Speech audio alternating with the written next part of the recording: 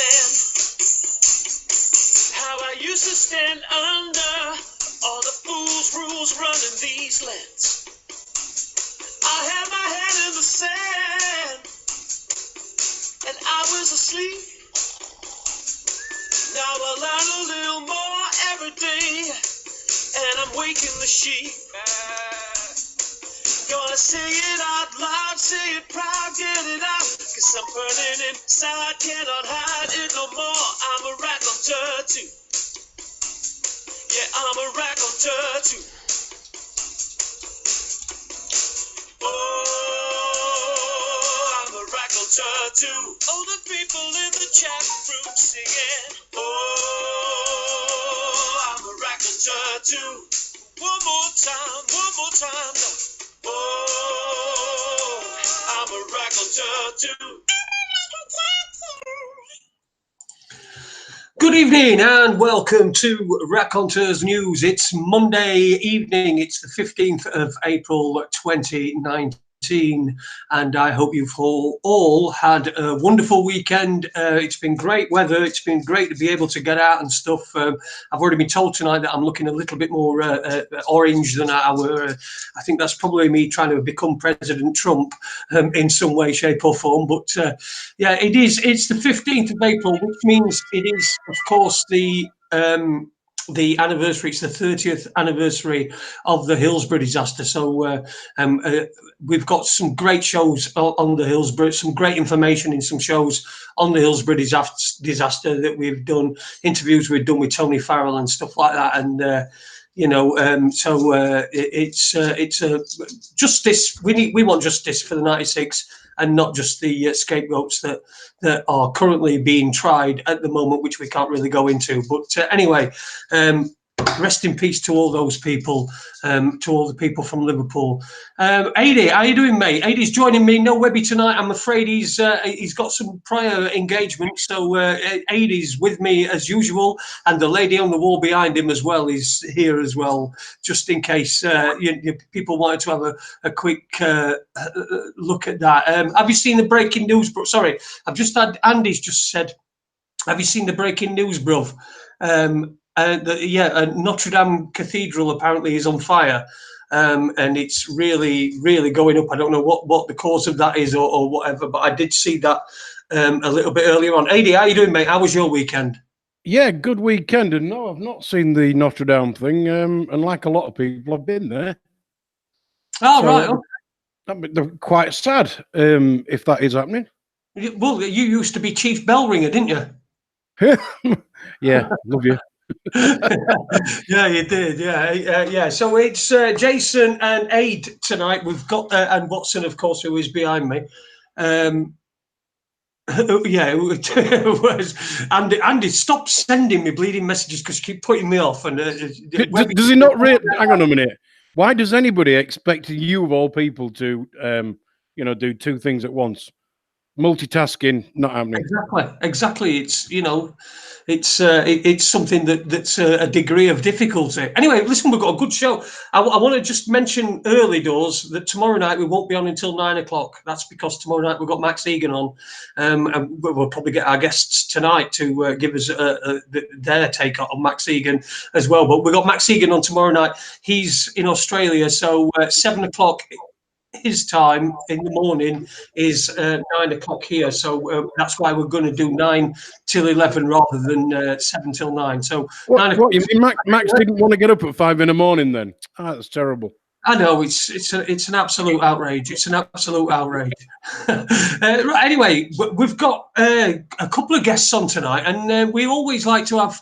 As you know, here on Raconteurs News, we like to get both sides of every story. And when we had Jon Wedger on recently, there were a lot of people. Some people were sending me messages and saying, "No, you need to get these people on. They've got a different view of Jon Wedger and a different view of the things that are going on." And that's the way we are here at Raconteurs News. We like to get every story. So we've got a couple of guests on tonight. We've got Mike, who is also known as Flow Destroyer on Facebook and stuff like that, and also Karen as well, who's a blogger. I do believe you're both bloggers. Good evening, guys. Welcome to Raconteurs News. That's Mike and Karen. Good evening. Hey, good evening. Good evening. That's Karen, and Mike is there as well. Yeah. Awesome. Awesome. Well, listen. Yeah, that's just what I'm thinking.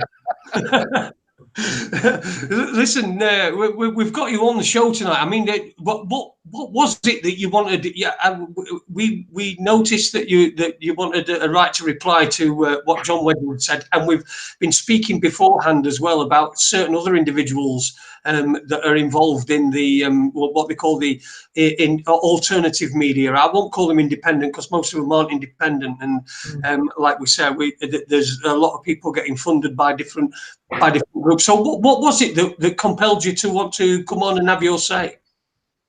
It was kind of others that kind of prompted me to come on, actually. It was merely people in your chat that were kind of pushing for us to come on.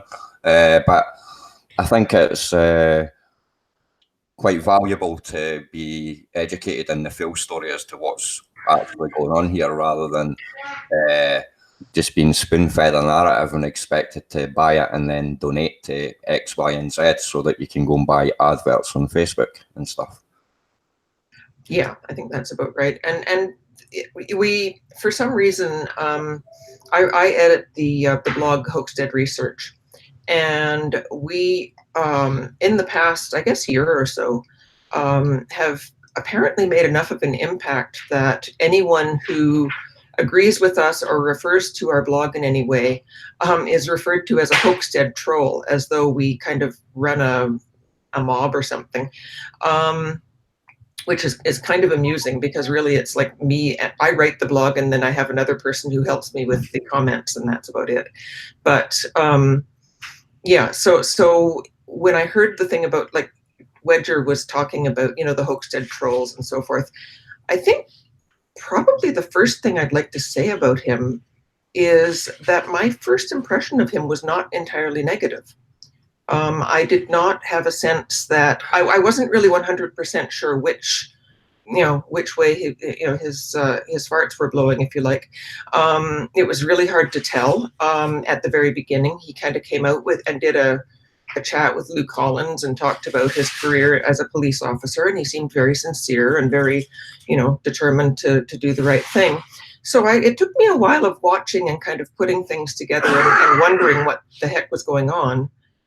Before I really began to have suspicions that perhaps he was playing a longer game, and I still to this, I'm not entirely sure what it is. It seems to have to do with basically monetizing child abuse in some way. But that more on that to come. Anyway, it's but yeah, Mike may have a different view. Yeah, well, I came in similar. I was suspicious of Bill Maloney because I kind of like people that I'd associated with online had already exposed certain stuff about him, etc. But then with Jon Wedger, I listened to the testimony at the ITNJ that he gave and stuff like that, and I thought, oh, this seems like a legit guy, kind of former policeman, and that he's out there, like, trying to, like, show the corruption that's in the police force and stuff like that. So I'm like, oh, for that, I am totally anti-establishment. And it's like, that's how I've been brought up. I'm from a small town in Scotland. We were raped in the 80s by Margaret Thatcher, etc. Like, it's just how I'm brought up as where I've been brought up in life. That's how I'm brought up as an anti-establishment figure. So somebody pointing to the establishment and showing me stuff that's corrupt and exposing that, I'm going to support that because it supports my worldview. Now, where I started to have issues with what was going on was when people started to point out certain flaws in what was going on. And the biggest red flag for me was when he started looking into satanic abuse. Because why would you campaign for, like, on behalf of something there has never been a proven case of this in the UK? Now, that must mean that if it does go on, it must be the tiny, whiniest, smallest percentage of child abuse that's any section of child abuse that's happening, if it even exists, right? So why would you want to channel all these resources and attention away from like people who have suffered in care homes that their parents have let them down? Can all these other people who need a voice and need that, like, want go out there and express how they feel about these kind of things and actually seek help? Why would you go and do that? And then why would you plunder people for money to put into social media outlets like Facebook and YouTube in order to generate views, in order to get a following, rather than put that into some sort of tangible project where real victims and survivors are getting help with therapy, or there's places for them to meet up, or there's, you know, like tangible solutions to these things. There is no solution here. It's all about campaigning, and that's the key here. These people are career campaigners. The career is the campaign. There is no solutions in this, because solutions are counteractive to campaigning. Because with solutions, you no longer need to campaign, and that therefore makes you no longer necessary. Now, what I would argue is there is no necessity for someone like Jon Wedger to be raising money regarding things like satanic child abuse and that, when there is no proven cases. It makes no logical sense, right? I mean, there are people that would argue that there have been examples of, and again, it's all photos and sneaking into places and secret stuff. There's nothing ever tangible, is there, regarding this? And I do know that it's quite a stick to beat somebody like yourself who asks these questions. I have been labelled from day one by people like John and his followers, and like Brian Harvey's followers, etc., as a paedo protector, a satanic paedophile, an MI5 agent, a government shill, everything that you could possibly imagine. I've had my social media attacked. I've had my Facebook trolled. I get comments on a daily basis telling me X, Y, and Z what they're going to date me and things like that, right? No, I never bother with this kind of stuff. But as soon as anybody else gets a threat or something like that, it's like on social media, look, this person said this person said that, when these people take no attacks. I never attack them in the way that they attack me. I present an argument to them and ask questions. What comes back to me is accusations and slander and being dismissed as a stupid troll or nefarious person, and it's all slurs on my character in order to take away for the thing that I've got that these people don't want to see, which is the actual real perspective of how things are. So the best way to do that is label me a paedophile so that folk don't listen to me. It's quite simple. It's been a tactic and operation by these folks since the start of this community. It is interesting because we've been attacked ourselves here, and we've been called paedophiles and all sorts of stuff. We've been accused of being left wing. We've been accused of being right wing. It's just that it seems to be this culture, rather than addressing what people are saying and responding to that, there seems to be a culture of just simply attacking and trying to slander people. I mean, that's a terrible thing to be called. Someone called. I have an approach to life, right? And this is how I approach life. If I want to have a conversation with you or point out something to you, guess what I do? I say, excuse me, are you aware of this? Right? That's what I do. Right? Are you aware that your actions are endangering people here? And if they go, I don't care, and continue, then I escalate. And I escalate to shouting. And that's as far as I go with things. I go to shouty. I didn't troll people. I didn't get involved in doxing. I have no interest in that kind of thing. I just raise my voice, and my questions get louder and louder, and either they get answered or they didn't get answered. It's just that there needs to be the question asked. And what I've been encouraged by is that people have said to me that they've got courage for being like seeing what I do and being able to say things that they felt like they couldn't say before, for risk of being attacked and slandered as a paedophile or whatever. Kind of like genuine concerns about how things are in the so-called truther community that we inhabit, right? Now, for me, I was in the truther community in terms of like all the conspiracy stuff and that. I delved into it. I was disenfranchised a bit with life and that, and I was looking for something else to understand why my life was all shitty and all the rest of it, right? And guess what I discovered? That was all a load of nonsense. It was distracting me from solving any issues in my life and pointing me further away for any positivity. So what I did is I put that off to the side and I started dealing with stuff in real life. And every day I made slight improvements in my life in order to better myself and better the future for my children. Now, that's small steps. And on that journey, I've come to the point where I've decided I've watched all this nonsense happen for so long. I now need to open my mouth and express how I feel about things and put my opinion out there and try and, it might not be popular, but just basically try and do it in a manner where there's no, like, subscribe to me, like my channel, buy this hoodie, buy this t-shirt or anything like that. Just a genuine person's observations, having been online for like nearly 20 years, been through the ringer with the conspiracy stuff, and just putting my money where my mouth is, essentially, balls on the line, essentially, and that's it, and that's what I've done, and I'll continue to do so. Not one of these people come back to me because they're all scared of me. They will not have the conversations with me that are required, and that's why they call me a troll, they call me X, Y, and Z, and that's how I view it. And it's just unfortunate that these people are basically cowards in my book. Well, you've got a point, and you've got a point about the name calling and the trolling. Let's get to you, Karen. I mean, I think, are you in Canada or in the United States? I don't know. Well, I'm from Canada. Yeah. You're from Canada, but you're in the United States. Yeah, UK. You're in the UK. Okay.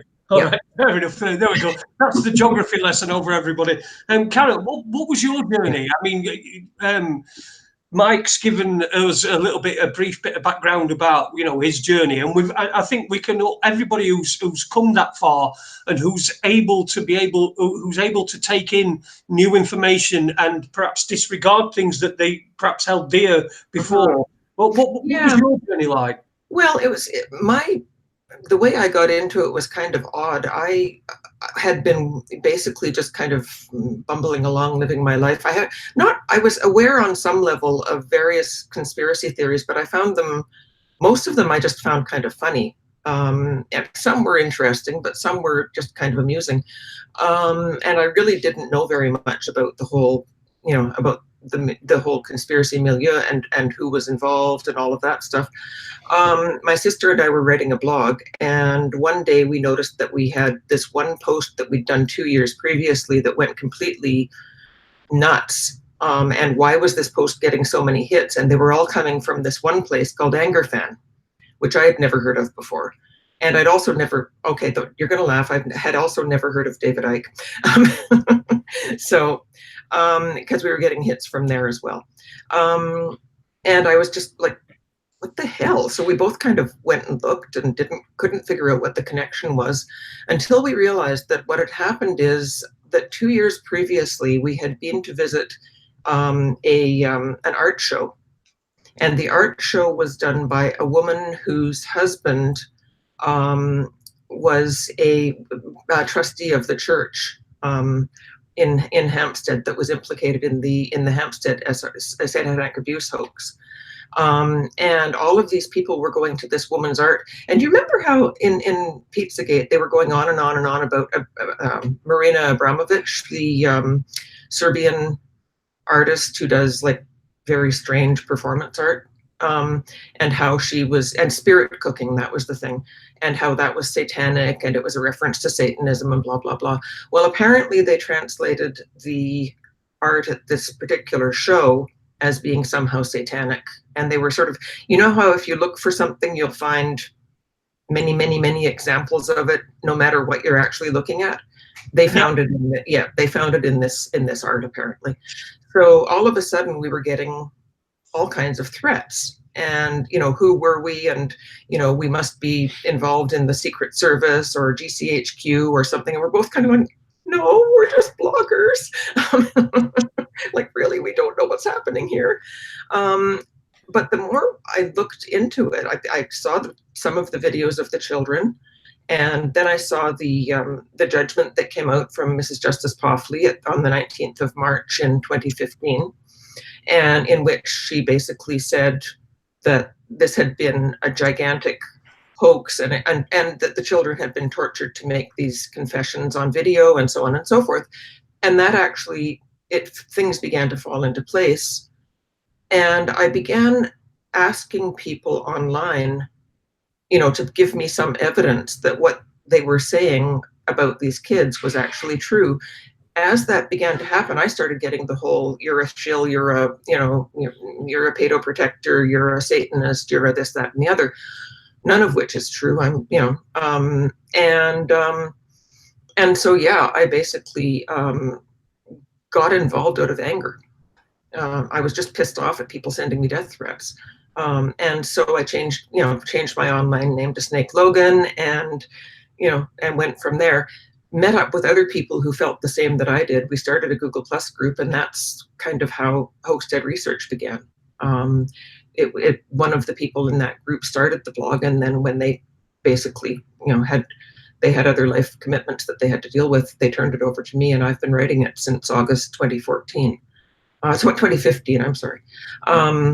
So that's basically what brought me here. So I came in as a complete newbie. I knew nothing. Other than, I had sort of vaguely heard of the idea of the Illuminati and so forth. I'd read the Illuminatus trilogy, but that's not exactly it's not quite the same thing. So, that was me, basically. I just came in new, and I've spent the past 4 years kind of pedaling to catch up. I didn't start off in that milieu at all. But yeah, as far as Mr. Wedger, the interesting thing about him is that he was actually one of the very first people to be involved in the Hampstead hoax. And it may or may not have been deliberate on his part, but what happened was that Abraham Christie and Ella Draper, the two people who tortured the children and made them confess to basically anything, sent an email to Brian Garish, and it seemed as though this email was something they'd previously discussed, and they were kind of just laying out exactly what they were planning to give him, and here was what had happened. And they sent that email to, Garish sent the email to Bill Maloney. Bill sent it to Jonathan Wedger, and Wedger sent it to his colleagues at the police department in the Met. And somehow it made its way back to the desk of the investigating officer in the Hampstead case, who went, hang on just a second, this is exactly the same as the letter that Ella Draper gave me at the very beginning. Clearly she's planning to use this stuff to publicize this thing, which just essentially just told the police even further that they had been right to drop the case and give it an NFA, which is no further action. And so that was my first, involvement or my first foray into this case. Yeah. And so he was there right at the beginning, but then he kind of went underground. I didn't see him for another 2-3 years. And then he kind of popped up, I guess, December 17 or January 18, something like that, like early last year or late the previous, on a Luke Collins video where he was talking about, having been a police whistleblower and stuff. And at the time, I had no particular reason to doubt what he was saying. Some of the things that he said sounded a little dodgy to me, but I had no reason to disbelieve him in any way. And I gave him the benefit of the doubt. Although, frankly, being interviewed by Luke Collins struck me as, kind of not the greatest choice in the world. But, no. People do stuff, right?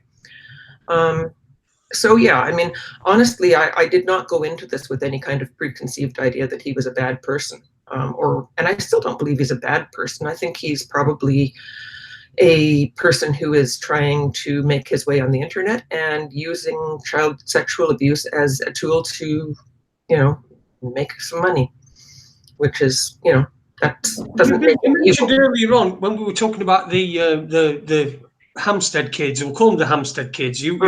Obviously you call them the Hoaxstead kids, but you Hampstead, yeah, sure. You were talking about how they were tortured into making these allegations. Can you go into any more detail on that? I mean, I'm coming from the position of somebody who I saw the videos. I saw the videos that the kids gave, and that's pretty much. I did hear about the woman that was sent to prison over the incident, but that's pretty much my. Can you elaborate a little bit more on this torture? Sure. Yeah, Abraham Christie, who is a person who has 37 convictions on his criminal record, and who had just recently, prior to this, been cautioned for basically beating up his own son, got together with a woman named Ella Draper. Ella Draper was concerned because she wanted to take her 2 children and move abroad, but her ex-partner, the children's father rather, didn't want this to happen because he felt he would probably never see them again if that was the case. So he put in a court application to have more access while she was trying to take them out of the country. So there was this struggle going on. That went up until about May 2014. 2014, Ella and Abe meet and basically almost immediately move in together. In July of 2014, Abraham talks to his brother-in-law, who is a special constable with the Met, so in other words, a volunteer police officer, and says, I think that these children have been sexually abused by Satanists. The brother-in-law says, well, you're going to need proof of that. And he says, I'll get some. And then they take the children to Morocco. In Morocco, they beat them. They deprive them of sleep. They get them up in the middle of the night for questioning sessions. They poured water on them. They hit them in the head and caused a ruptured eardrum in the little boy. There's a giant bruise on the little girl's forehead, and you'll see a cut on her chin. And those were caused by one of them. She actually was hit in the head, and the other was the cut on the chin was actually caused by Abraham heating a spoon on the stove and pressing it into her chin. That's how that happened. We heard this in court. And so, yes, they were tortured. The judge in the case, in the family court case, said these children were tortured. There is no other way to describe it. They were told that they had to say these things, and you can hear on some of the videos, you can actually hear, if you listen carefully, you can hear the parents in the background, not the mother and her boyfriend in the background prompting them. And at one point, you can see a hand come out and kind of push the boy's head towards the microphone. So they're not perfect tapes, which I think is why Abraham and Ella were, when Sabine McNeil, who was kind of acting as I'm going to say like a publicity person for them, really, when they gave the videos to her and she shared them online, in January of 2015, they were angry with her for this because they had wanted to clean them up and sort of take out some of the little bits of, evidence that said these kids were coached. Because really, if you look at those videos carefully, you can see the places where they're going like, speak to the camera, or push the head towards or whatever it is, or being corrected in the background. So the videos were, brought back. The night they got back, instead of, I don't know, like a normal person going home and going to sleep, they came from Morocco to London. They go over to the brother-in-law's house, and they run the children through their paces basically, and get them to recite this stuff to the brother-in-law. This was their proof, right? The one, he's the guy who was the special constable. So I did a word for word transcript of that bloody fucking long video, and it is incredibly revealing. In it, you can actually hear, there are parts that are really obvious where you can hear the boyfriend saying, say kill with me, kill the baby. And the kids are they're chanting with him because like they're children and he's a grown up and he's been beating them up for a month, you know? So that was the beginning of that. They came back and the first thing they did, they take the kids to see the brother-in-law and they contact Brian Garish. They don't go to the cops. People say they went to the police. They did not go to the police.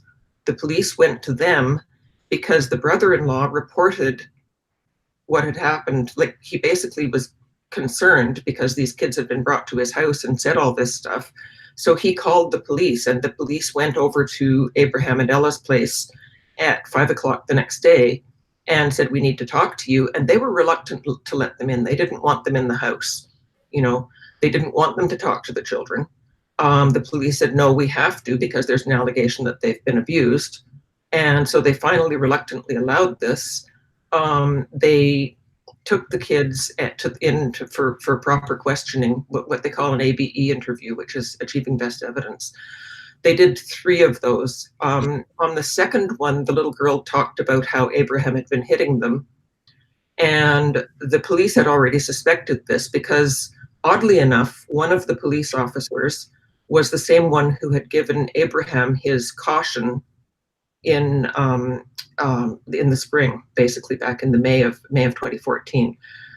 It was the same cop involved in both cases because he was in the child abuse intelligence, team, basically. Investigation team.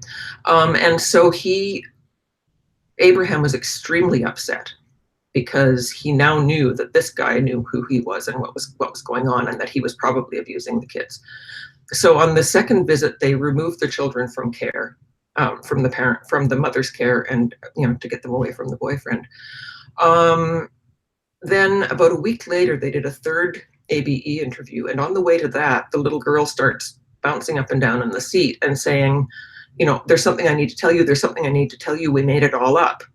Abraham made us say it, and they said, no, you have to wait until we get to the room.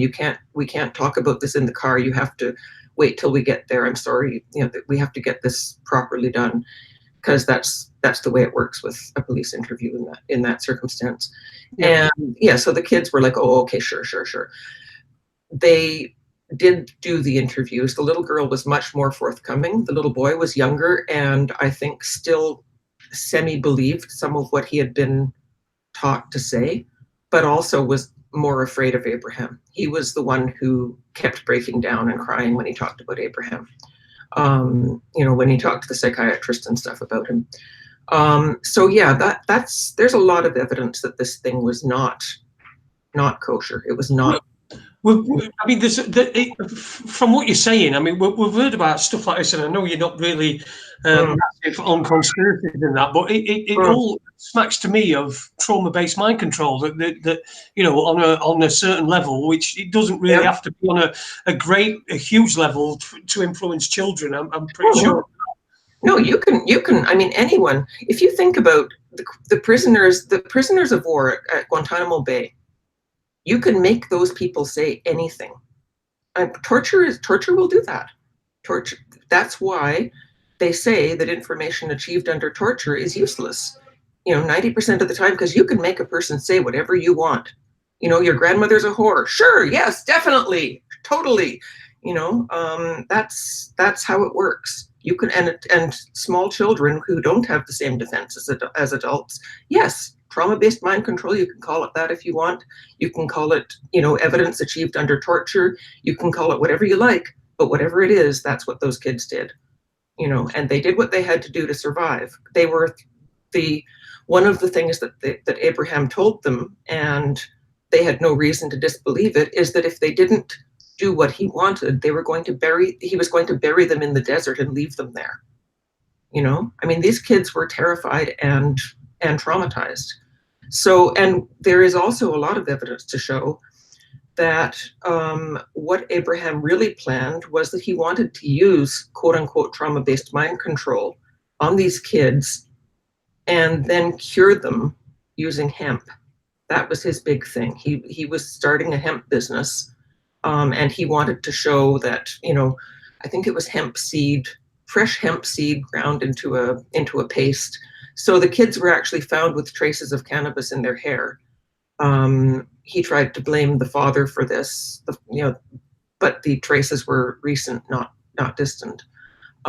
So yeah, there's a lot of stuff. If you just go through all of the evidence, it just stacks up very, very plainly.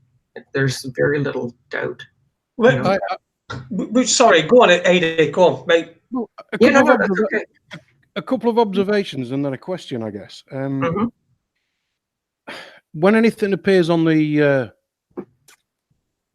what I call normal media, the media that so-called normal people watch, I mean, I just kind of treat it all with a pinch of salt anyway. Yeah. And of course, at that time, almost everybody you met, have you seen the thing with the kids on the telly and yada, yada, yada thing. And I'm sort of there thinking, but this is on mainstream media. Now, I think it would be stupid of us all to think that everything we heard on mainstream media was bullshit. But 99.9% of it is. And me sort of thinking, well,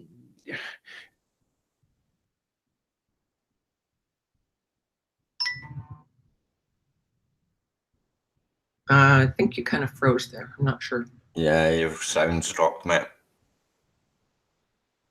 Sorry about that. I think Adie's disappeared for some. You see, this is what happens. I go and stand up and I go in kitchen, and he's talking, and because I'm going in kitchen, because I think Adie's got it, he then disappears and his camera's gone off. Are you still here, Aid? No. It was a little bit of thought too. I was interested to hear what he was going to say. Yeah, it's all right, and we definitely will get to that because he's probably going to have to disconnect and reconnect in. We've got so much stuff to talk about, so many different things that I want to get in, but I wanted to concentrate. Both yourself, Mike, and both yourself, Karen, and Mike. I wanted to get how does this? You mentioned this Sabine woman. How does she fit in all of this? That's a really good question. We don't know exactly how she came to be acquainted with Ella Draper. What we do know is that they both were interested in yoga, so it's possible they met that way. We don't know. Ella said that, Sabine rather said that Ella phoned her in November 2014 to say that she needed help in court. Now, the funny thing was that at that time she did have solicitors and a legal team representing her. So I don't know why she felt she needed Sabine in court, because Sabine actually worked with a woman named Belinda Mackenzie. I don't know if you're familiar with her. She lives in London and has been involved in various other things, including the Holly Gregg thing. But she and Belinda were supposed to, they're what they call Mackenzie friends. Now, that's basically just someone that will come and sit with you in court if you're a litigant in person, and pass you some papers and maybe give you a bit of advice on how to fill things in, or what to say next, that kind of thing. They don't represent you like a lawyer. They are very strictly prohibited from doing anything in the court unless the judge tells them they can, basically. But it's because the legal aid cutbacks have made it hard for a lot of people to afford a proper lawyer. A lot of people will get a Mackenzie friend, and some of them are very, very good. I would have to say that Sabine and Belinda were not in that category. Sabine came in and became involved in the case in November. In December, Ella actually sacked her solicitors, and she handed Sabine a whole package of stuff that the solicitors had given her, which they were not supposed to have done, by the way. And that included the police interview videos, which she should not have had access to. You're supposed to be able to see what's on those, but you watch them under, with your solicitor in the room, and then they, because you're not supposed to actually have them, because then you might do something really stupid, like post them on the internet. So anyhow, they gave her all of this stuff, and including the list of the parents and one thing and another. And immediately, Sabine began looking around to try and figure out how she was going to present these things online, which is kind of weird, because at that point, the case had not been settled, and there was no real evidence of how it was going to go. So by the end of January 2015, it became clear at that point that the judge was not going to rule in Ella's favor, because she had come to the conclusion that the children had been seriously coerced, and that made Ella not a really good parent to have as their primary caregiver. So in a fit of rage at this judge and basically wanting to, smack her in the face because she hadn't done what she wanted, Sabine wrote her an email and said, you might want to consider here's what our conditions are. You give back the children and we will spare you high-level embarrassment. Now, what she meant by high-level embarrassment was they were going to release the videos and basically make it seem that the judge was somehow a pedophile or a pedophile protector.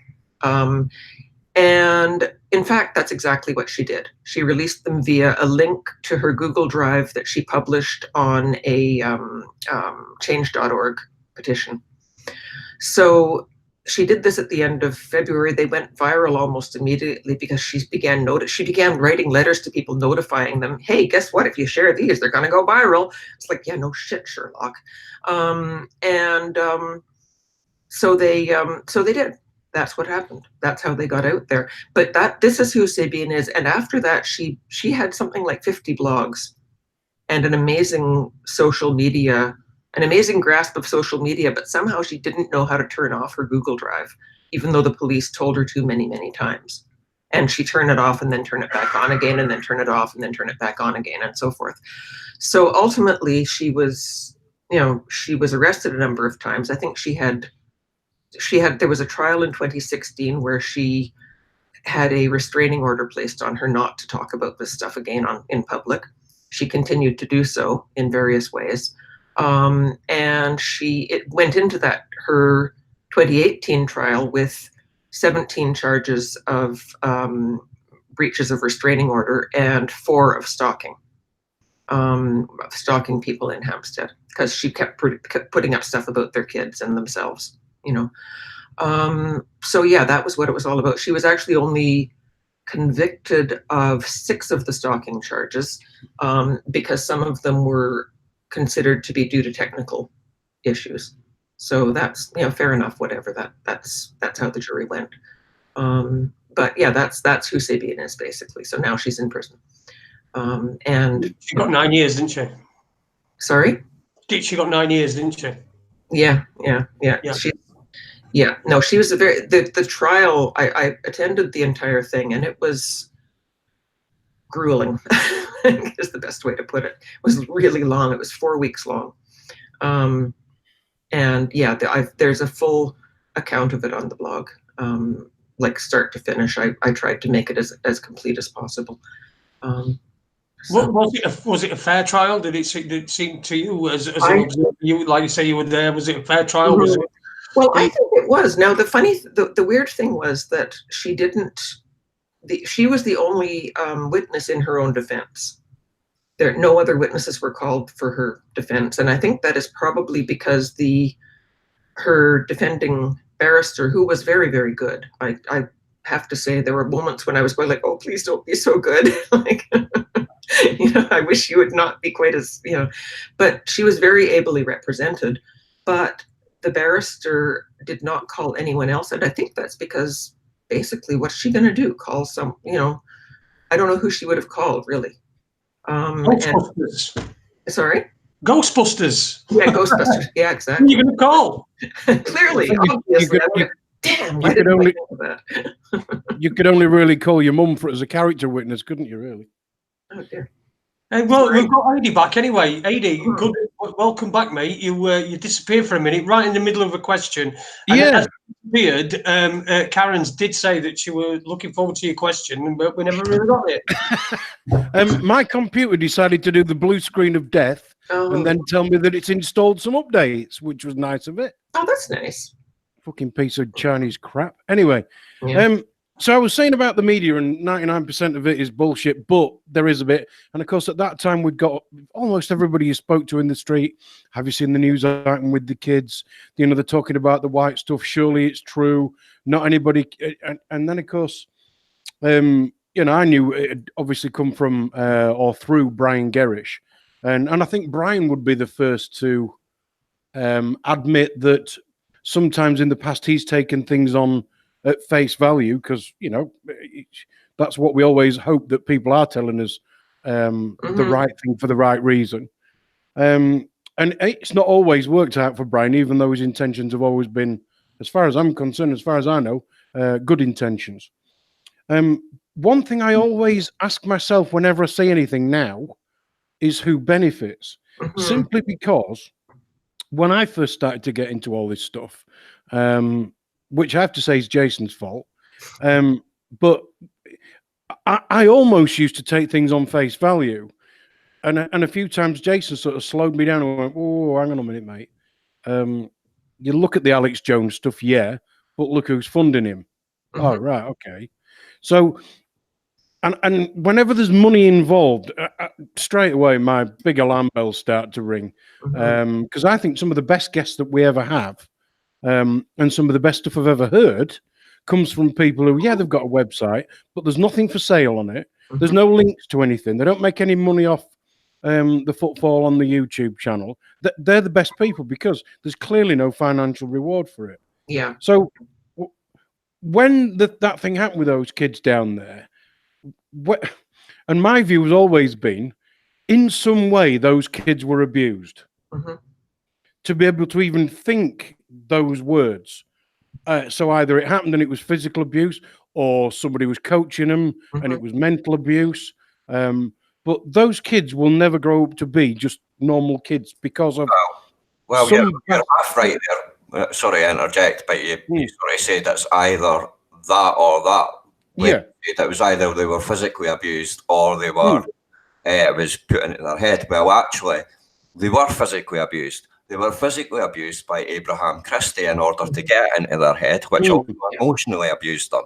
So that's why those videos are so convincing as images of abused children, because what you're looking at are abused children. They were abused children. There's no in one way or the other, yeah. But my other point is that when you've got something like that, I'm sure the so-called journalists take it on face value. The people who actually own the media think, great, look, we've got someone else that's a complete distraction from what else is going on in the world. Fucking great. And they lap it up. Yeah. Because they're going to make money out of it. They're going to sell newspapers. They're going to sell space on a screen. You know, they're going to sell something that makes them money. So they don't give a rat's. You know, they're the ones making the money out of this.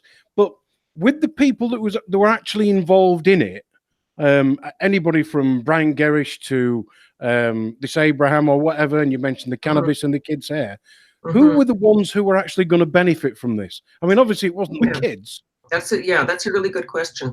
I think from what I can tell so far, and the thing is, my opinions shift sometimes when new evidence comes up. So I'm open to new evidence, basically, is what I'm saying here.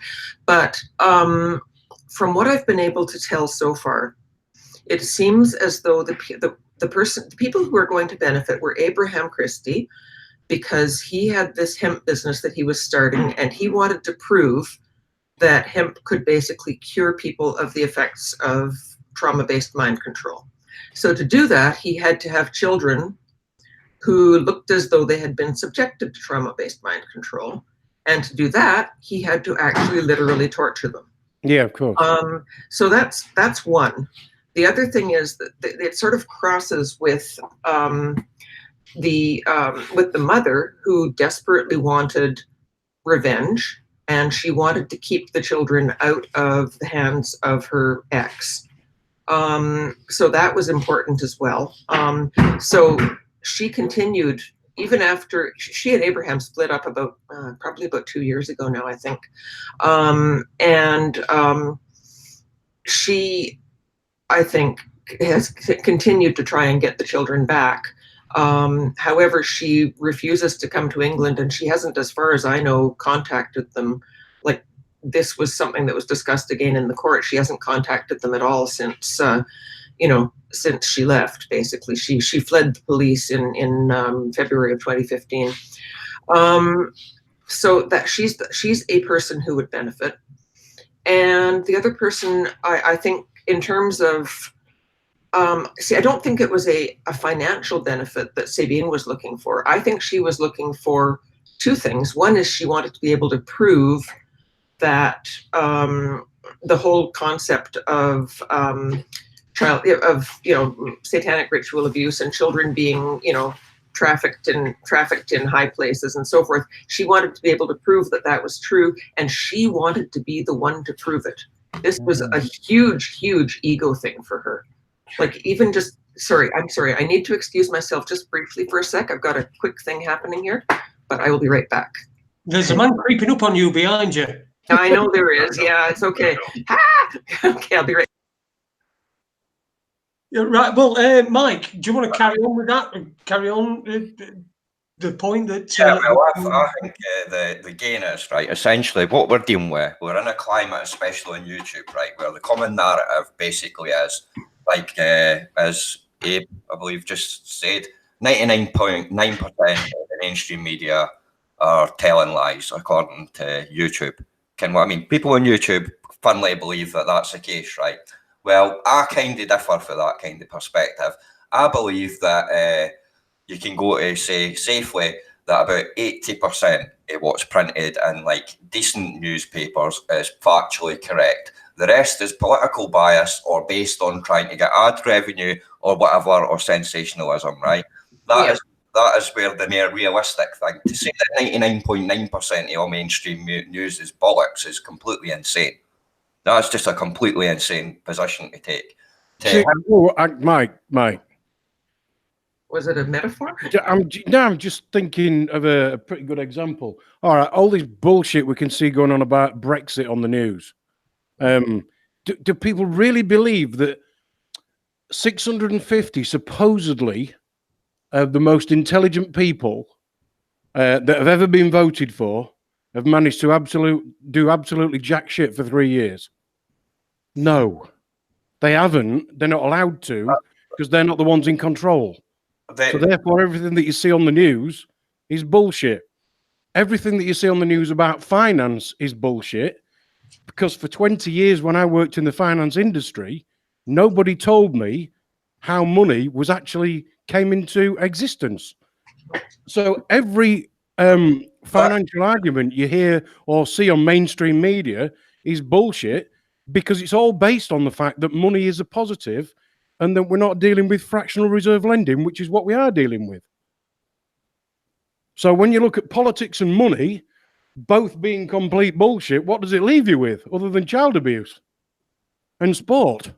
Well, there's like all the other crap that happens in the newspapers as well, the like stuff regarding tragedies, etc. Whatever stuff goes on in the day-to-day stuff. I didn't really look at newspapers myself these days. I try to look at things with discernment. I'll absorb an article, I'll look at the slant on it, and then I'll take that off and then form my own view based on the information provided. And if it doesn't provide information based on facts and evidence, and it doesn't get used and incorporated into what I'm saying, how I'm going forward, I don't absorb it that way. But I can like go on multiple YouTube channels, like you're quoting UK Column there, right? UK Column have jumped on the back of basically every single high-profile case that they can get into, and have basically caused damage with the way they've operated, and they've done it in a manner that basically they try to sell for the angle that the mainstream media is all corrupt, the government's all corrupt, everything's corrupt and that, and we're going to tell you the truth and expose all this kind of stuff, right? Well, fair enough, right? But when you've got to do that, you need to be factual, because it makes you no better than the mainstream media who you're trying to expose, except you're putting yourself in the position of pointing at these guys saying they're full of shit, whilst you're full of shit at the same time. That makes you no better in my book, right?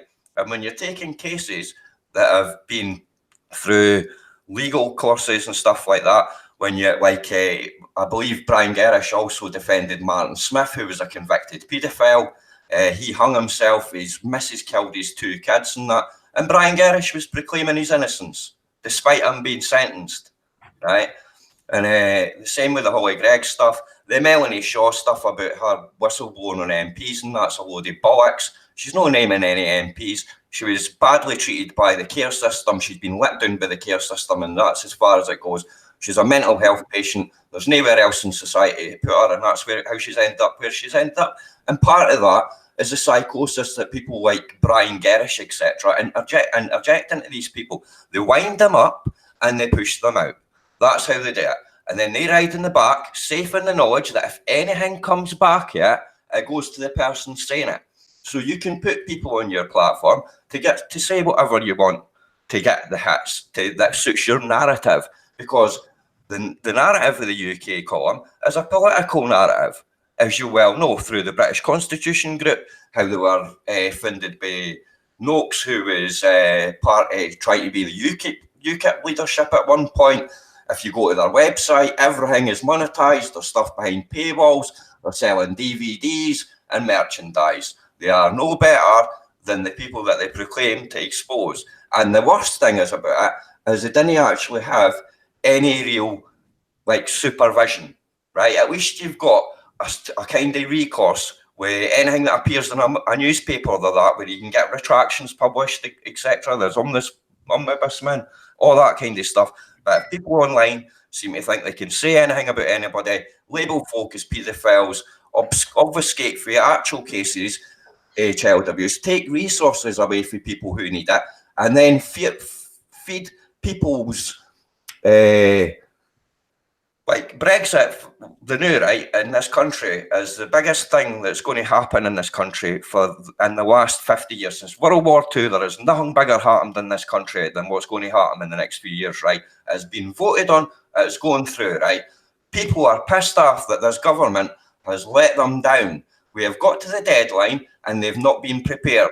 They've not made a deal and they're just arguing. Meanwhile, everybody else who's got to deal with the consequences of this can't make businesses go forward. There's uncertainty in there, and it's adding to this feeling of discontent where politicians not representing their views, right? So that's where we are. So there's a market there for people to gobble up that discontent and channel it into their causes in order to direct that energy politically towards where they want it to be. And that is where the danger lies, because disillusionment that is in this community is not being channeled in the right way. It's been channeled in all the wrong ways, with no solutions, resources that are getting filtered out that are supposed to be going to child abuse cases. Like Jon Wedger's raised 12 grand for on the back of child abuse, right? He gave 2 grand to a charity that had 350k worth of lottery funding into it. It is meaningless, meaningless. He spent 10k on camper vans, hotels, and whatever other nonsense with Facebook ads and YouTube ads that he's bought with. Has not helped a single child with that, really. The money there is a wasted things, and it's attention on stuff that isn't even real. That's what's scary here. He's going down the Wilfred Wong satanic abuse thing, which is the well-worn track of the evangelical preacher who will go out there and garner the Christian fear about satanic child abuse and that, and they'll collate their audience and they will milk them dry. And that's what's happening here. They are building their own wee following that they can sit and point at satanic child abuse and profess to be fighting child abuse while lining their own back pockets and fattening their own egos. And that's what's dangerous. It's something that I've seen that when people come across these stories and stuff like this, and we're at an hour now, so we're going to have a break in a minute. But I'm just going to sort of set up what I want to talk about in the second hour. But you get these. When people come across this information, perhaps they see one of these cases and they see the things about them. It's very easy to sell that to somebody as when they want it to be true, Absolutely. Not because they want the children to have been abused, but simply because they want to affirm their own beliefs. They want to have the tangible bit of evidence that they can point to the establishment and go, look, this is what they are. This is why it's so fucked up, and this is why we're in such a mess. And that's why they look at these things, and folk can dress it up in a certain angle and a certain narrative. Because like what you've seen with the Hampstead thing is, you've got 2 kids who were abused in Morocco in order to perform this thing where they said up to 400 people abused them. Right? Now, the old media, who are supposed to be the light in the darkness here, that are supposed to be educating us about the mainstream media being all like foolish shit and that, are going around sharing videos that are ending up with kids being abused at the end of it. On social media, parents' businesses being targeted and various other things, right? Now, other people, like myself, I didn't take any money for this. This is all my time I put into this. This is all my effort in it, all my energy. And it all comes because of frustration.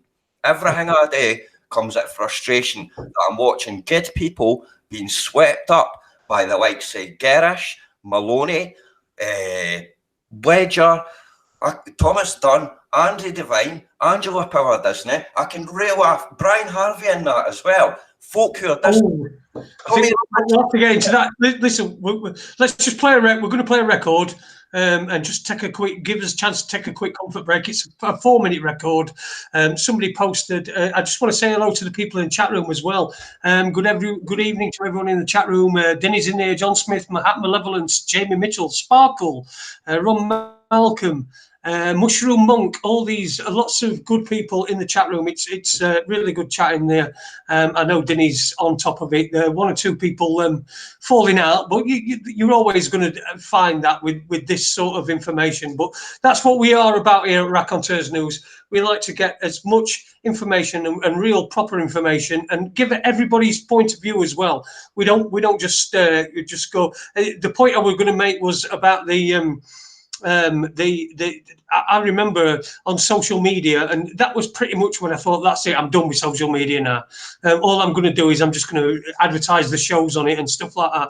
But somebody had put the video, a photograph that had got, I think it had got Prince Charles, Jimmy Savile, and the other guy who was in it was purported to be Thomas Hamilton, when it turned out it wasn't. But there were people that were, saying, "Look at this! This is Thomas Hamilton with Prince Charles and Jimmy Savile." It shows that he was part of all this paedophiling, and it turned out it wasn't. It was somebody from who just was in the photograph, who was another member of the Scottish Parliament up there. So that's the sort of thing that I'm talking about. People they'll attach themselves to these things, these stories, these beliefs, these ideas, and things that go against that. And because when I pointed that, somebody who I respected had posted that, and I pointed out, I said, no, that's not him. That's not Thomas Hamilton. That's this guy. And because I'd done a search on the image, and he just deleted it. He didn't acknowledge it. He didn't say, oh, he just deleted it completely as if it didn't exist. And so people have got to have that. People have got to have that humility to be able to say, well, I was wrong about that. I'm completely wrong about that, and I will acknowledge I'm wrong about that. And there's a lesson that I've learned, but people really aren't quite prepared to do that. Listen, I'm going to play a record, and we'll be back in 4 minutes. Here on Raconteurs News. It's Monday night. It's the 15th of April. It's only a couple of days to my wife's birthday. Oh dear me, what am I going to do? What am I going to do? Probably buy her something. That's probably what I'm going to do. Right, I'm going to play a record, and we'll be back in 4 minutes.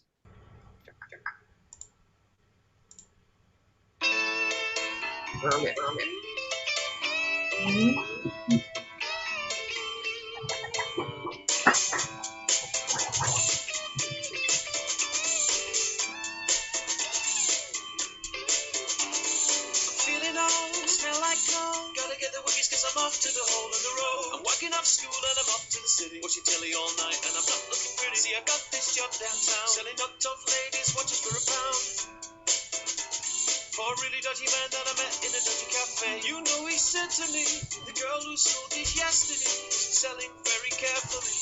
Police came along and took her and all my watches away.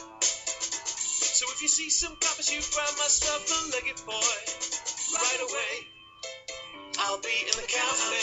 Boy from Sheffield, making his way. I'm just a boy from Sheffield, making his way. I'm just a boy from Sheffield, making his way. I'm just a boy from Sheffield, making his way. So it's been a few hours and I haven't sold enough for my bus fare home. Street sell is pretty good, so I turn on the tram for the lunchtime rush with a smile and a wiggle of my schoolboy touch. Well, the charm is working in the underground. There's a crowd of men and women gather round. The watches they are going, the money is a flowing. Because there's a little extra, stick it in my pocket, spend it later. I'm just a boy from Sheffield, making his way through life.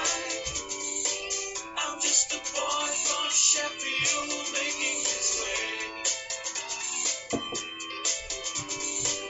I'm just a boy from Sheffield, making his way through life. I'm just a boy from Sheffield, making his way. I haven't sold a watch for an hour and I'm dying for a slash. I've had enough of this, so I'm off for a piss. Then a quick walk back round to the cafe. Sitting at his table drinking tea. Looks at me suspiciously. Then with a glance at the watch he says, how did you do? He paid me a couple of quid. Then he said, would you like to come and work another day? I said I'd come back down on Friday. And to that he said okay. So with £2 in my pocket and another 5 in my shoe, I nipped down to Castle Market where a man who looks like Leo said he's selling pots with cockles and prawns. Make me feel like dancing. Then off back to dinner on the Wiggers and then home. I'm just a boy from Sheffield, making his way. Just a boy from Sheffield, making his way. I'm just a boy from Sheffield, making his way. I'm just a boy from Sheffield, making his way. I'm just a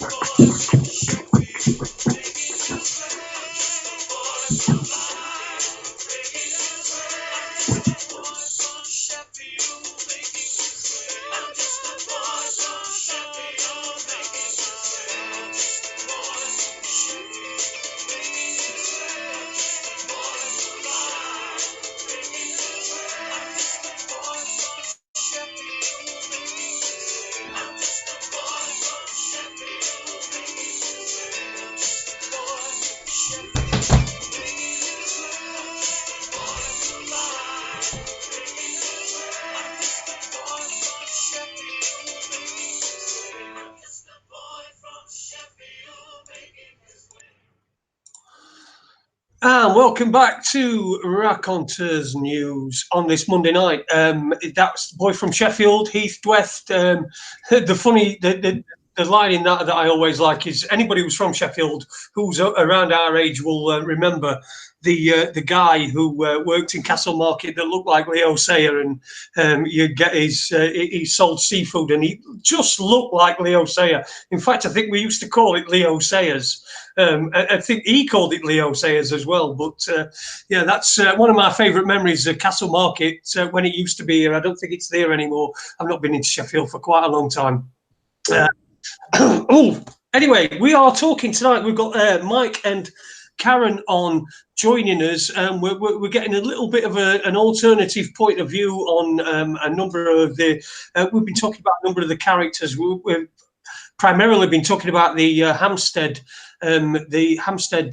hoax, as Karen and Mike describe it in the first hour. But I want to get on to some other.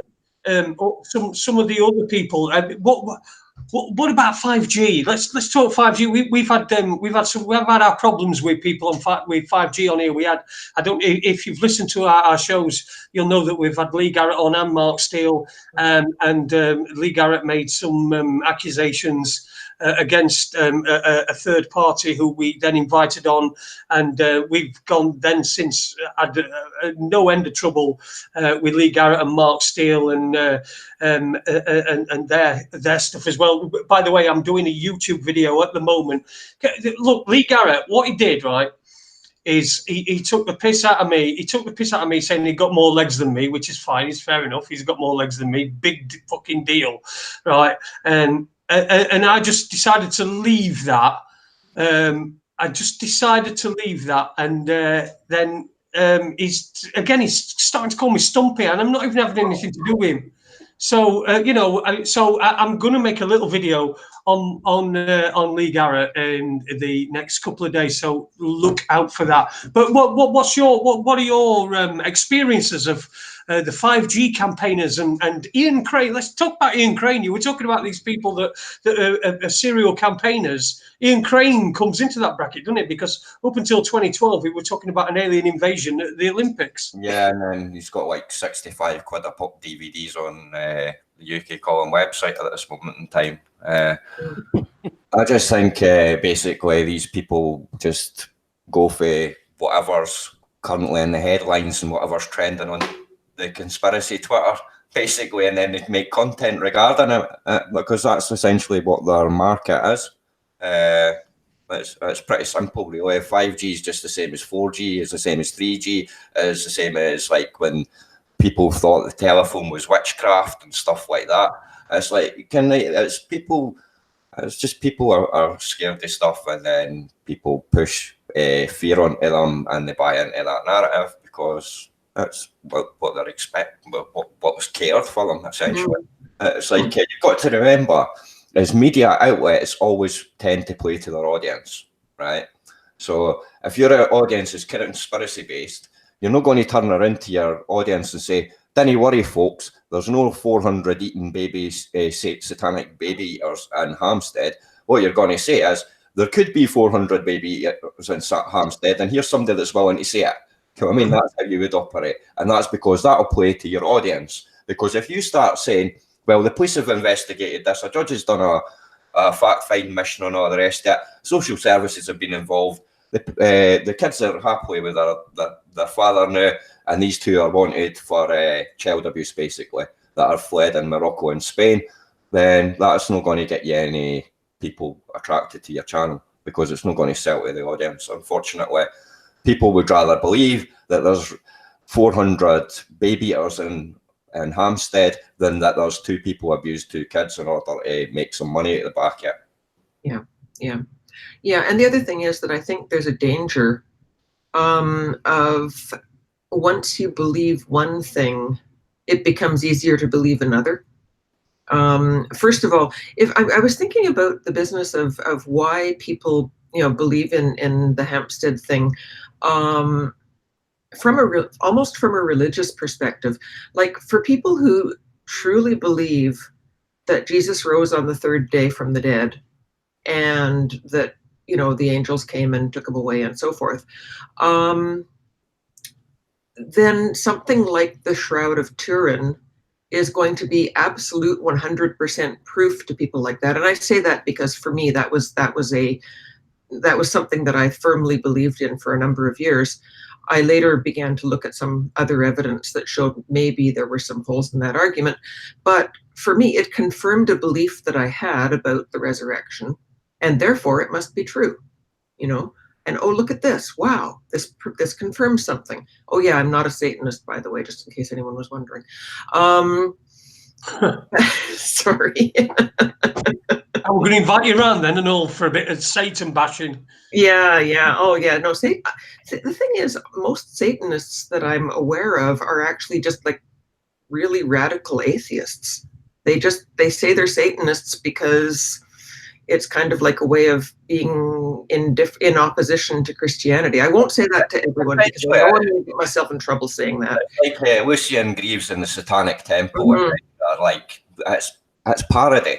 It's taken, it's mocking essentially the Christian faith, that because really this is what's key here, is the only people that really believe in the satanic child abuse are evangelical Christian types. These are the folk that are sitting right there pushing it at core. the real believers are all like evangelical Christians. And that's no saying every evangelical Christian does this, but it particularly happens that these people are particularly pushing this. So these are the only people that truly believe in Satan and stuff like that. Yeah. You know what I mean? It's like atheists didn't believe in Satan or God or anything for that matter, right? So it's like, to say that they would then subscribe to one or the other is just absurd in that point. Mm-hmm.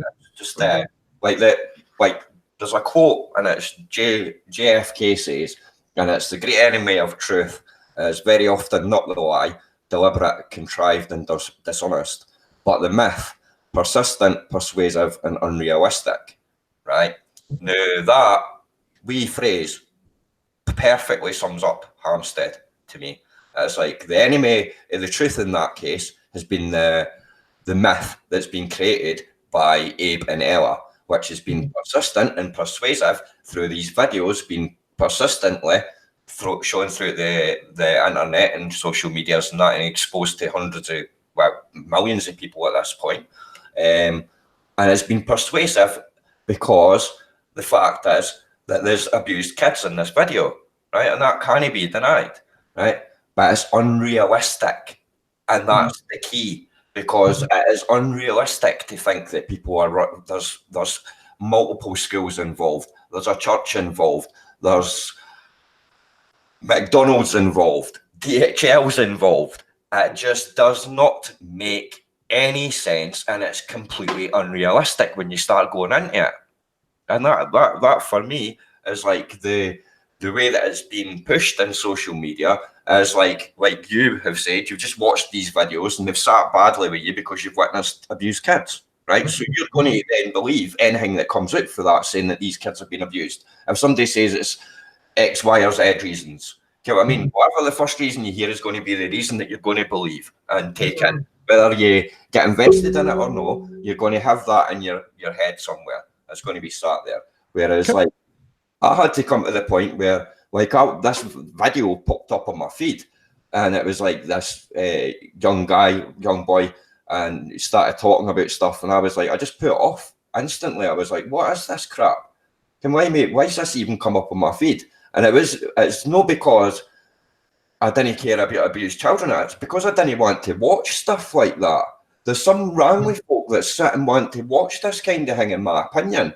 It's so wrong on many levels. You know what I mean? It's like, I understand, like, folk watching it and coming across it because it's forced in your throat. It comes into your YouTube playlist. There's folks sharing it on social media. So before I'm out of time, willingly or unwillingly, you're going to come across it. Yeah. And then based on the particular slant that video is sold on, or the narrative, the tagline that's going along with that video is what you're going to process for it. And if it's put out there with folk who are connected to the original abusers and they're basically promoting that storyline, that's what becomes a popular narrative. Because guess what? It doesn't profit to go online and say, look, by the way, there wasn't a load of kids abused in Hampstead. There was only these 2 kids abused, and they were abused by the 2 folk who should have been looking after them at the time. And that doesn't get you hits. It doesn't get you folk to your channel. It doesn't get you any merchandise to sell or any of that. And that's where the problem lies, is because these people are then operating dishonestly, in my book, right?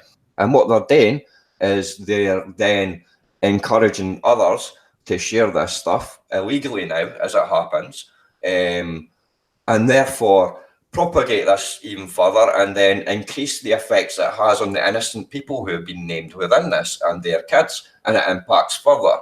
Now, my angle for coming into this was like, look, there's a load of folk on YouTube who are supposed to be truthers, speaking a load of shit, endangering kids, and trying to make money off the back of it.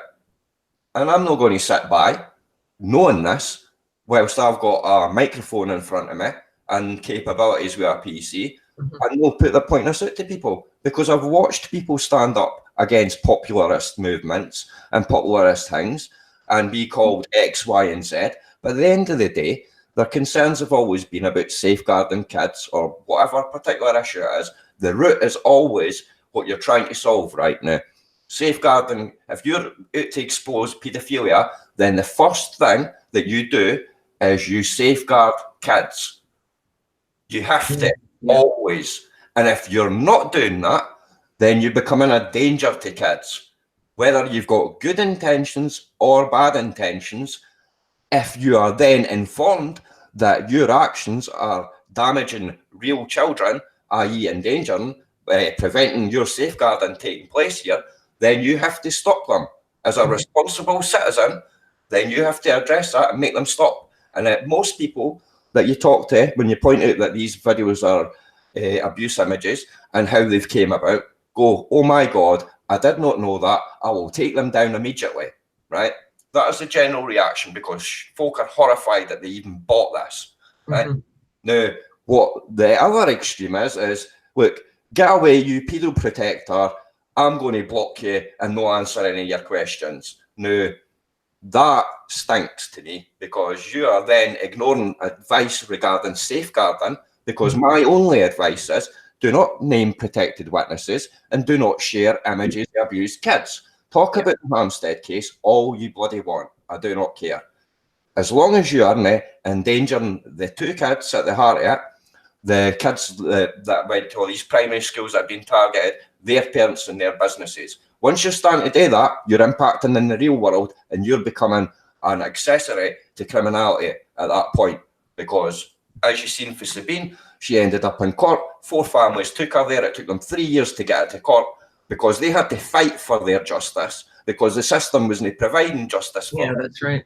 Right, and that's the key point here, is the real story is these bloody families having to fight in British courts to get to the point to get somebody who was virtually online abusing their kids stopped. Yeah. Well, yeah, and this actually is interesting too, because one of the arguments that I hear a lot is that the people who the people who run our blog are protected, or the people who run our blog are affiliated in some way with the people in Hampstead. I never met any of them until the first trial, actually, when I met like 3 or 4 of them. But the whole business of the government is protecting this and making sure that it gets covered up. Well, first of all, it hasn't been covered up. If it was covered up, it was not done very well. And secondly, it took ages and ages, and the parents had to perform all sorts of gymnastics to get the case into court. If that's the case, then how is it possible that that it was actually that the people who were uncovering the hoax, so to speak, were protected for so long? Why were they protected? What's the deal there? The deal is basically that the police did not take it seriously enough, and then the CPS didn't take it seriously enough, and they had to be convinced that it was actually serious enough to deal with. That's the bottom line. I've had people say that I'm MI5 or I think even like MI6 or GCHQ or God knows what all. Pay shit, innit? Pay is shit. MI5, my pay. Some months I don't get paid until like 3rd of month.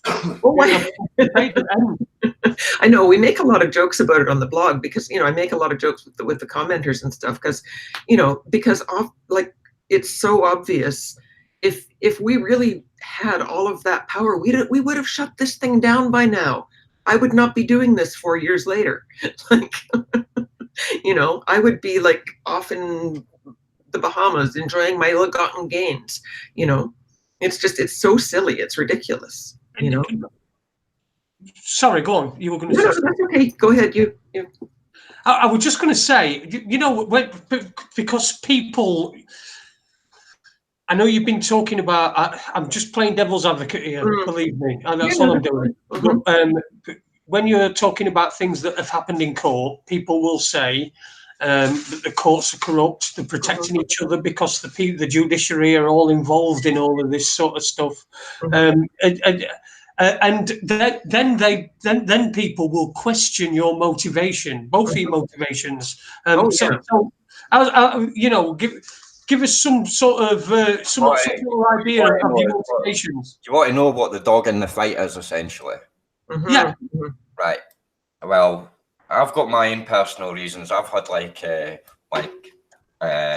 personal issues that have basically drove me to a position where I am, right, in circumstance in life. I've landed where I've landed because of things that have happened, right? I've been through court processes and that. I've been through family court and all the rest of it, right? And I've seen how these things work, and they are far from perfect, right? I've experienced it for myself, and anybody should be better at it. I've got as big a case as anybody to be better at that, right? So I've then kind of like invested a lot of time and looking at like parenting stuff and all the rest of it around kids and like how social services work and whatnot, all these kind of things, right? And that's like through basically stuff like being exposed to it on the internet. Essentially, like I spent about a year and a half around a group of people who were looking into paedophile hunting teams, basically. And what they were uncovering is that there was paedophiles in these teams. They were trying to make hoodie sales off the back of it. They were naming innocent folk. There was instances like mass cases of harassment and like sort of wars going on between groups of paedophile hunters and that. There was a lot of bad like sort of people then decoying in terms of like they would be talking to a potential predator and then they would get emotional and stuff like that and basically tell the paedophile they'd been busted. You know what I mean? And no prosecution would happen in that, right? Now, like the fines that all that have come out of that was basically, right, the crimes that you're dealing with are committed online, right? So the instant that crime becomes a crime is when an adult speaks sexually to a child, right? That is what you're looking for when you're a decoy online in a paedophile hunting team, right? So once you've got that interaction, it's now a legal matter, right? You're in the wrong hangout, Danny. So once it becomes a legal matter, it needs to be handed to legal professionals, right? Because any further interaction could damage to any potential case, right? So if you try to secure more evidence, right, in terms of like, get me say, further things can like be further like vulgar and disgusting, right? What you're doing is you're potentially leaving room for that predator to identify you, speaking to a decoy, you're trying to entrap him and get out there, right? So you've done the good thing, you've detected it, right? But then you're going to go further, keep going with this conversation, and then you're going to pass it to a paedophile hunter or a group of people that are going to go to this guy's door and stream it on Facebook, right? Now, there's a number of issues with that in itself. You're already passing evidence onto a third party. That third party is then acting on that evidence with no actual jurisdiction of law. They have, like, they use Section 22A, which isn't applicable in the terms of what they're using it in, because they only stop my crime in progress. That Section 22A in Britain is for if somebody's robbing a bank or a shop or something and you stop them there with force that's like required, then that admonishes you for any crime in that instance, and you've got the right to do that sort of right. But what these people do are going out using Section 22A without it being correct. They're then chapping on doors going, we're for predator exposure or whatever team it is, right? The guy can just shut the door on him. The hunting team can't do anything apart from phone the police at this point. So they've got to wait outside while the guy could be like getting rid of evidence. If he's got a child in the house, he could be doing God knows what to that. If he's connected to a ring, then he's being streamed live on Facebook, right? Which means other people in the ring could be alerted to the fact that one of the rings been busted, and then basically go and do some real damage to a real child for the sake of the decoy. When you've already detected the crime, you could pass that to the police, who have the technology and the ability, therefore, to then monitor any online communications that guy has, access any like hardware, drives and that, what he's got, find out who he's talking to and establish if there's any ring there, and possibly make a big massive arrest, rather than get somebody, go to their door, get them out, seen by a judge, out the next day with a slap on the wrist and put on some list, you know what I mean? It's like, it's a waste of time, it's a waste of resources. The crime's detected, report it, that's all you need to do. You need to follow it up. Can you say to the police, look, I've detected this guy operating like this online. Can you action this and can you keep me updated? And that's it. Yeah. I think I understand their frustration because it can be hard to get the police to act. Absolutely. You know, and it can be, and there needs to be, like, you know, there needs to be better policing. There needs to be more, basically more, you know, person power given to policing so that they can actually deal with all of this stuff. One of the things that we've found with the Hempstead thing is that because it's online, they don't have a lot of people in the police department who understand that and who get the consequences of online harassment. And so it was, you know, it's been uphill all the way in terms of getting the parents getting anyone to do anything for them. You know, so that's an issue. And I understand the frustration of the pedophile hunters. But yeah, I agree with you. There are so many issues that stem from that, and that can lead to fouling a case, basically. You know, it's one of the things that, as a blog, we've had to try really hard not to do anything that would foul any ongoing cases, which means treading really carefully. If I suspect there's a case happening, even I don't have to know. Even if I suspect, I'm really careful not to talk about, you know, any of the particulars on the blog, because I don't want to, you know, muck anything up for any kind of ongoing investigation. That said, you know, sometimes the police just don't do their job, and that really sucks. I think that's probably the main crux of the main argument to what Mike was saying there, is that, you know, you can gather this evidence and you can present it to the police, but the police are so overwhelmed with stuff. You know, they're so overwhelmed by knocking on somebody's door because somebody on social media has misgendered somebody else. You know, just some ridiculous thing. And I can understand that now. When I occasionally one of these stings will pop up on my Facebook feed, and I'll watch it, and I've got to say, a lot of the time, it doesn't. It's uncomfortable viewing. I'll just say that it's uncomfortable viewing. A lot of the time, you've got somebody who's not clearly who's got some intelligence deficiencies. I'll say that. Which is probably why they got themselves into that situation in the first place, because they you know, they can't communicate with adults, and so they you know, they communicate with children. I'm not excusing what they're doing. I'm just saying that it's not comfortable for me. I mean, when you think about it, right, what you're saying is bang on, right? Because the way I view paedophilia basically is it's like a fucking mental illness. You are mental in the head. You're not thinking correctly if you're physically attracted to children. Right, that is a key indicator, because that is not a normal behaviour. It's not within the remit of like normal feelings amongst like normal adults, and that it's like you have to be fucked in the head to think that way. That's just how I see it, right? And a lot of these. But then again, Mike, there are the exceptions. I'm talking about the ones that I've seen online. There are. I mean, we're talking. There are manipulative and you know, paedophiles that get them, just like Jimmy Savile for a start. It's like I'm not excusing it with mental illness and just saying it's a mental health issue by any means of this.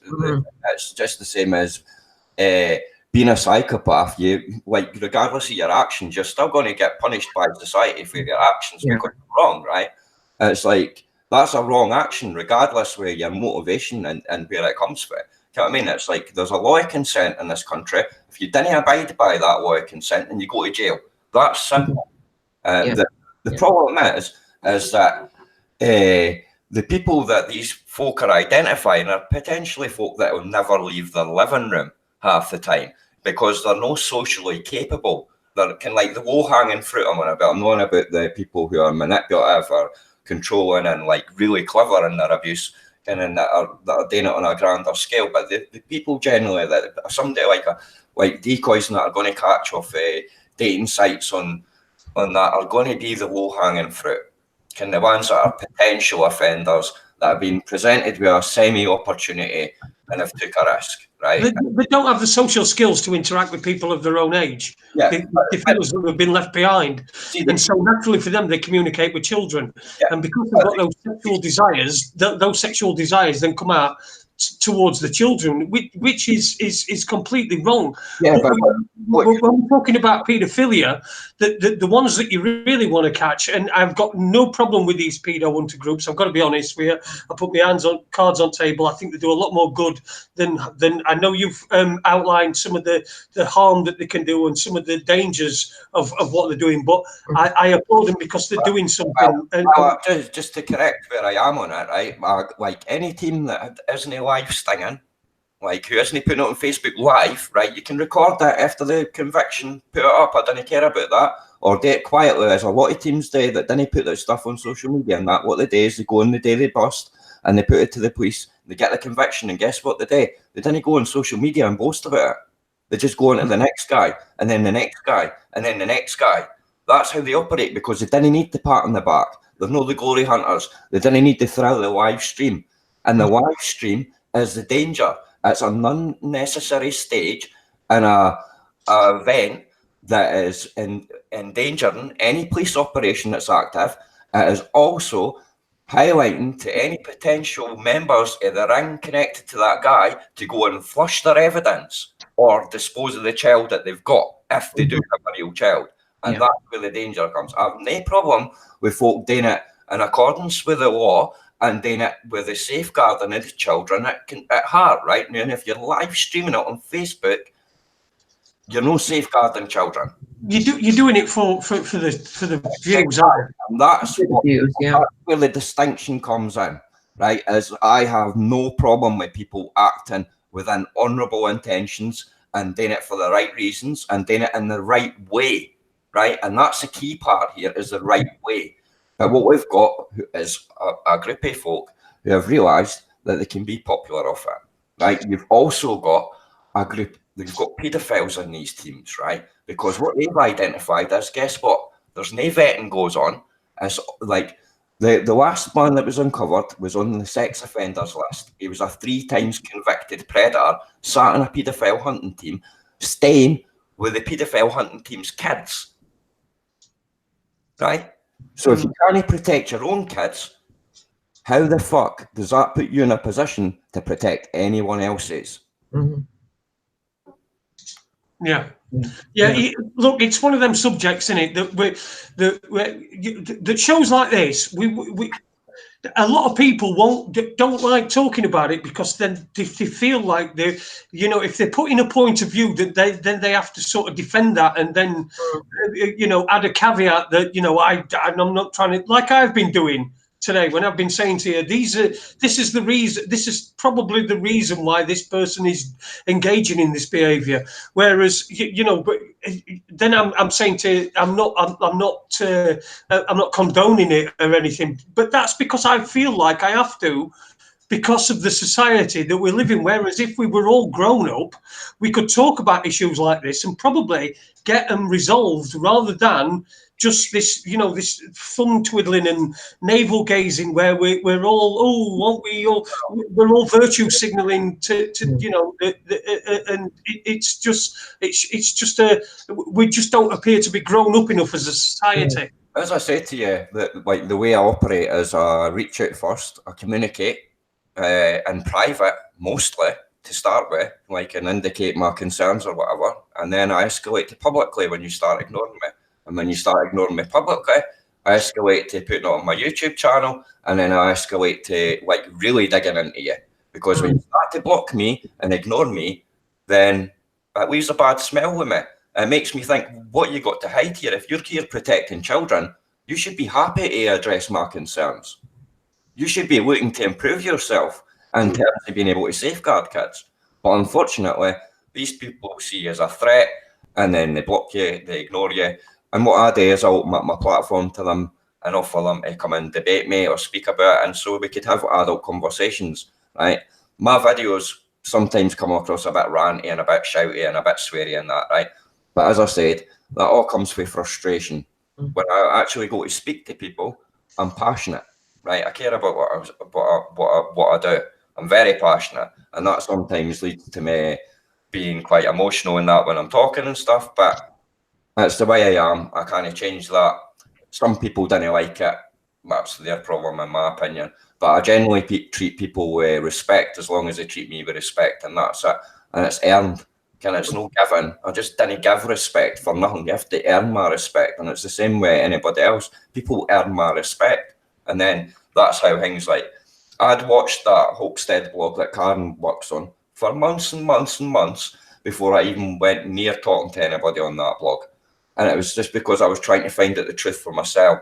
I was trying to find out what the agenda was. I was trying to find out what I could prove off of the information provided for me. And what I found is that the stuff that I was able to look up on Hoxted that was referenced and referring to court documents, etc., was all tangible stuff. And what I found on the other side was a load of rhetoric and feelings and nonsense and PayPal and GoFundMe and political motives, right? Now, as a general rational human being, I like to consider myself as, and a passionate human being at that, I didn't like being lied to.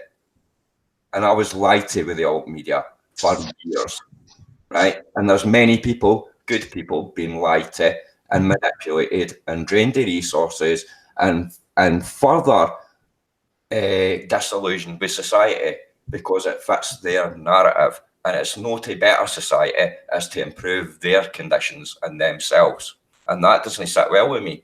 So that's why I reached out to, like, say, Hoxted, and that I seen it was like a group of people. I'd heard all the rumours. It's MI5. You don't want to talk to these guys.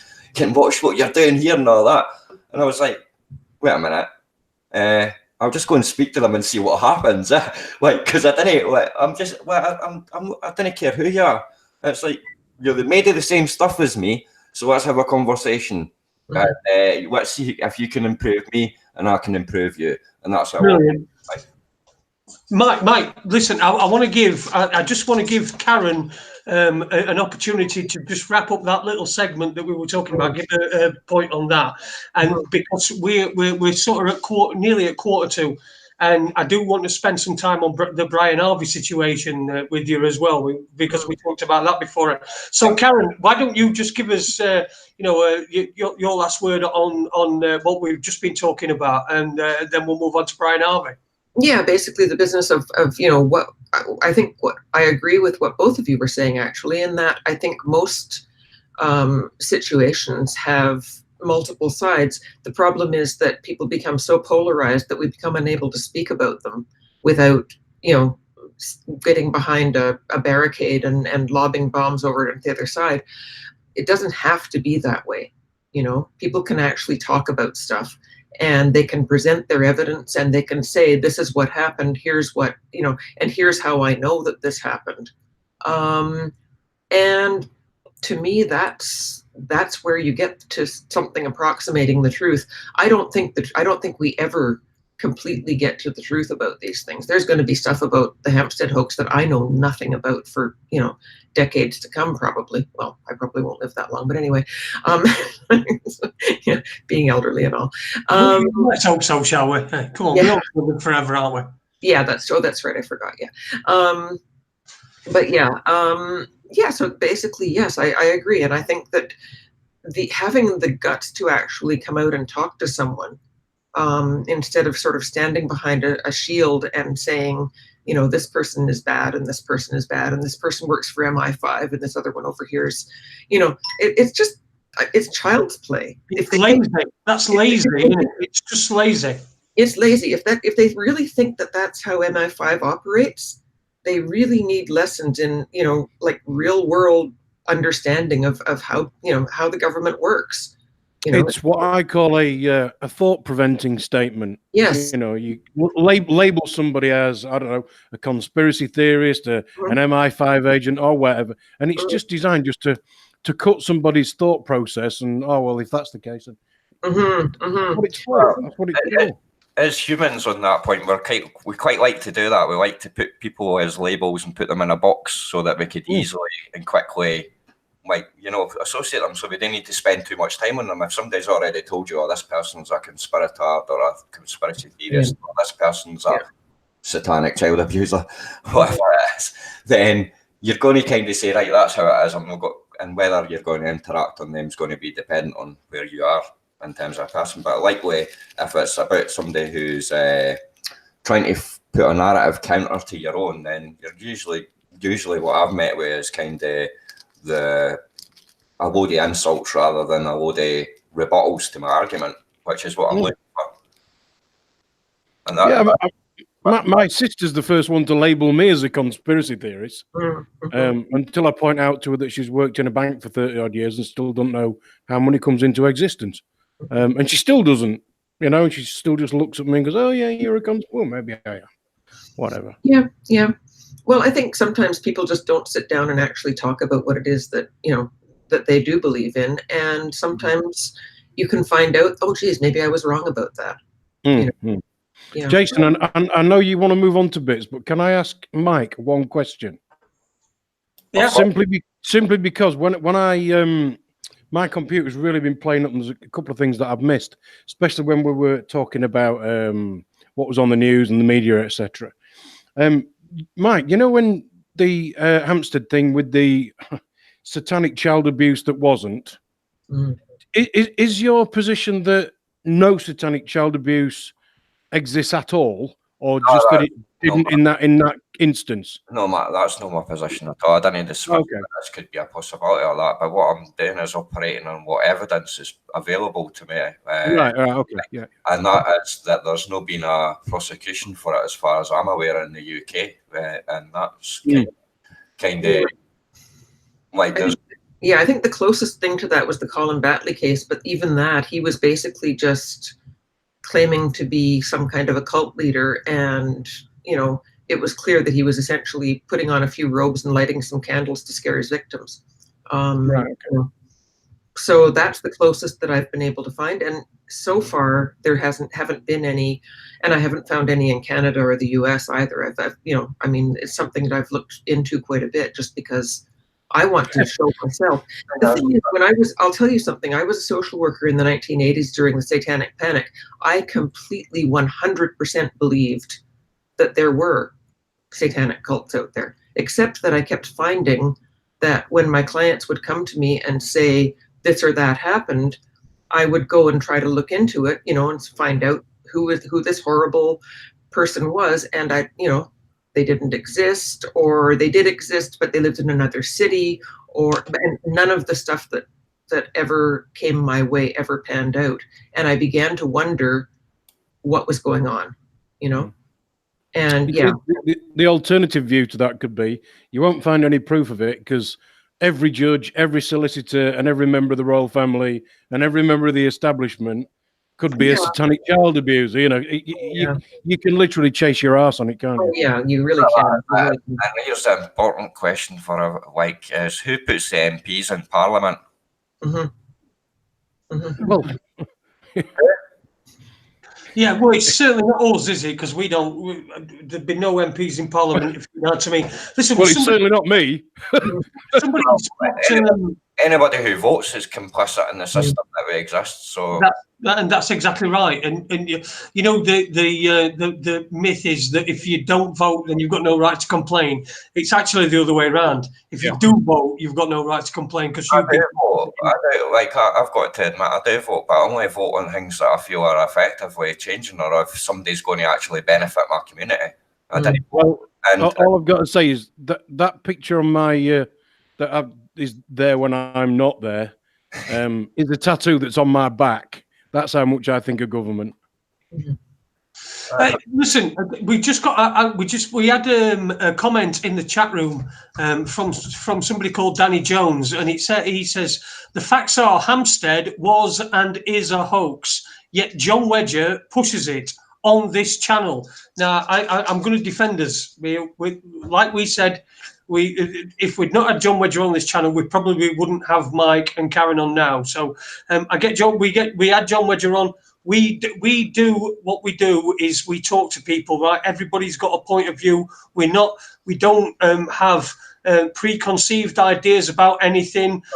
We take everything as it comes on face value. We make our minds up about things, you know, afterwards and you know, during a show. But that's the point. I just like to add to that way what Danny said there. Like, it's actually refreshing to have been invited to have to go at the back of somebody like Jon Wedger and like be able to put our points out there, because I am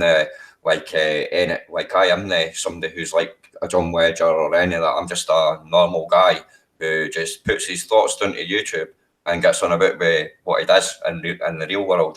It's like I'm no looking for to build a channel or any of that shit. It's just my wee personal space where the stuff that I come across that I think is relevant for people to know, I put it there, and folk who I think deserve to be challenged rightfully, I name them and I shame them and I invite them to come and be challenged, and all of them run and hide and call me names. So that's listen, I want to get into Brian Harvey for the last 10 minutes. We've got about 10 minutes left. I just want to get your thoughts on Brian Harvey. So perhaps have 5 minutes apiece, Mike, and 5 minutes for you, Karen, as well. Yeah. What do you think? Go, Mike. All right. I think Brian Harvey is full of shit. Now stop beating about the bush and tell us what you fucking really think. Right. I think Brian Harvey is a victim of himself. And I think Brian Harvey is lacking awareness about his ego and the damage that he has caused himself within his own career, and how he has basically pissed the opportunities in life that he has had against a wall or snorted it up his nose, allegedly. Basically has decided that to turn on all these truther folk who tried to ingratiate himself with in the first place because he was looking to be popular, etc. That's failed on its face because Bill Maloney, you can all that kind of stuff, blah, blah, blah. He's now using the mental illness thing with the fake suicide bullshit, joking about that, triggering his fans left, right and centre. It's a mess. It's basically the most elaborate DWP ESA PIP application in the history of the internet. Yeah. I tend to think that's probably pretty accurate. I think he's a very confused person, and I think he's flailing around trying his best to get attention in any way that he can. The key point is in the beginning, right? He was willing to set up his girlfriend to be taking pictures in a compromising position to get access to his kids, right? That backfired when that story went to the News of the World. Kemal Zorba allowed the News of the World to listen to the phone calls made between Brian and himself, right? There is no criminal act there. That is, as long as Kemal Zorba gave permission to the News of the World for them to listen to the calls, that's like Kemal Zorba's phone. When they're listening to his phone, it's his device. They never tap Brian's device. They only listen to their phone calls, right? In their phone calls, Brian says quite clearly that he wants a picture of his girlfriend or his ex at the time with a picture of cocaine to compromise her in a court case for access to their kids, right? That's what that's about. It bit him on the arse, right? He then passed it to his lawyer, Robert Kellaway, who had been successful with, like, defending him in the cocaine shit and that, got like regarding the damages for the phone tapping and that, right? He was told by Kellaway initially that it could be worth millions, but when Kellaway's investigated what's happened to Brian and found out that nothing really illegal's happened to him, and he's been a victim of his own, basically, nastiness to his ex-partner, said to him, look, the most you're going to get's about 15 grand here. And that's when Brian spat the dummy and went full retard into the truther community and then ended up how he is here, right? Now, what he lacks is the responsibility to say, I did the bad things, right? And he gets about the things like the ecstasy case, right? He's somebody who's in a boy band, right? Now, what audience does a boy band portray to? It's young girls between the ages of like 10 and 16, right? Now, what had happened around the time he was on about ecstasy being the greatest thing and popping 10 at a time was Leah Betts died, right? There was a young girl died of ecstasy. It was happening all over the country, and this guy thinks that to his fan base, it's acceptable to go and proclaim the virtues of ecstasy and not expect any recourse for that, right? And then play the victim at that. And this is what it is Brian plays the victim without acknowledging anything he's done, because he's been presented with opportunities in life that none of us we could ever dream of. He's a young man presented with fame, fortune, pussy on tap. Do you know what I mean? It's like drugs at your whim, and everything you could possibly want, and he ruined it. And he ruined it himself, and now he's better at it. And he's taking it out on every single person that he's ever come across in his past. And what you're witnessing is the end for Brian's career. And that's why this shit show that's happened, the desperate suicide bullshit, trying to get on every truth-targe channel in the internet at the moment, and playing the mental illness card and appealing to these folk is what's low here. He's doing real damage to these folk. He's triggering them. He's causing folk to have arguments. He's causing folk to dox people in the chat. And it's like, whether it's intended or not, it's still having that effect. And if it is a cry for help, he had an opportunity for help. He got a week in a clinic, right? Having had mental illness, health in this country before, right? I have never spoken to a psychiatrist after over 10 years of fucking trying. Right? Yeah. And he's he's in a hospital straight away. Without looking at him 24/7 care. It's a disgrace. It's an absolute disgrace, right? And all he goes on about is 22 million records, right? Nobody gives a fuck, mate. You sold 22 million records worth of shite, in my opinion. You've not contributed nothing as a benefit to the human race. And it's like, at this point, you're being a detriment to the fucking folk on YouTube. It's simple. Yeah. He should get off social media and go and make himself well. Because at this point, he's stretched the line of getting any sympathy to being mentally ill or anything like that, because he's now damaging others. And he's been nasty in it as well. You can see how angry that guy is and how bitter and that. And it's because he can't accept his own behaviour. And until he can do that, he's never going to get better. The quicker that moment happens, the better. And that's why, like, if I make a video like I make, where I call him out on what's happened, I get a load of, like, depressed people and angry people in my chat saying, I'm going to get you, I'm going to do this TikTok to you, try to, like, dox me and put my name out there and that. Because why? Because I've said something that Brian Harvey might not like. Really? Yeah. I think one of the major issues for him has been so many people pandering to him.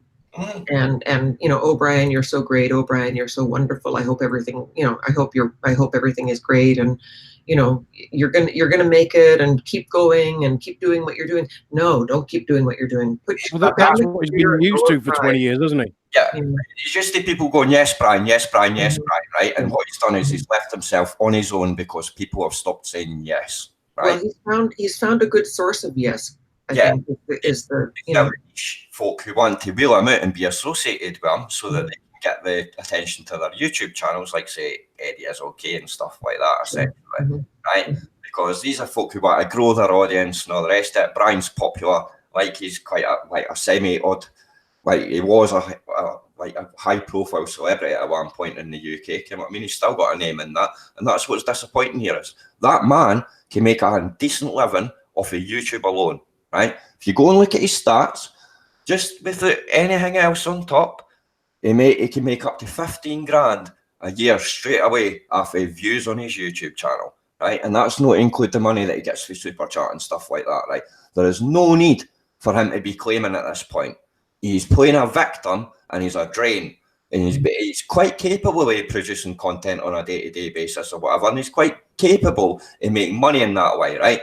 And this suicide attempt was after I'm getting a letter for the DWP saying, look, Brian, I think it's time for you to start looking for healthy work, right? And that wasn't stopping his money. It was reducing him to benefit, unemployment benefit, in terms of somebody who's seeking employment actively, right?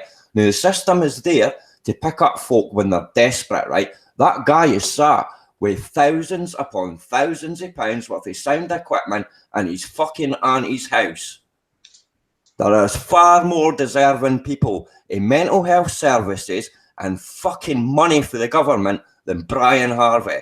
And that's why I get angry and I get frustrated, because I've been through the system and I've seen folk around me kill themselves waiting for fucking mental health help.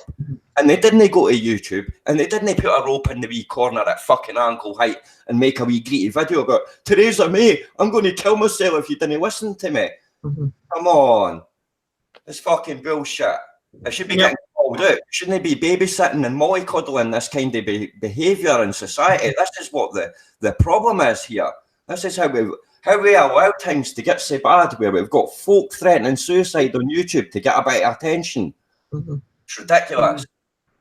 Mike, listen, before we're at 2 hours, we've done it. It's just, as Andy would say, it's flown by, and as people will note, bills of exchange hasn't been mentioned once until a 1 minute after the 2 hour mark. So it's all good. Where can people find out this is to both of you, where can people find out what you're writing? You know, I know you're bloggers and stuff, and you've mentioned your YouTube channel as well, Mike. So where can people find that sort of stuff? Just I just type Flow Destroyer on YouTube. There's plenty of shit there on my link. In English, that's Flow Destroyer. Yeah. FLO. FLO Destroyer. Okay. What about yourself, Karen? Yeah, I'm at Hoaxdead Research, which the full thing is hoaxdeadresearch.wordpress.com. Most unwieldy, address ever. But anyway, that rolls off the tongue. It really does. Yeah, I'm sort of used to it now, but yeah. Before you go, I just want to thank you for this opportunity. Exactly, I want to invite you on my show when we start getting my lives back, because unfortunately I fell out of the live ban, which expires on the 25th. So sometime after that, it'd be nice to have you guys on. Maybe give you a bit of time to reflect on things. Maybe we'll have like 3 or 4 other folk on as well, so can bounce a few things about. You're more than welcome.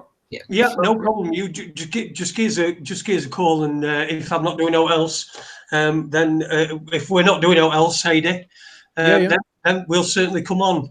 Listen, it's been absolutely very interesting to get another point of view.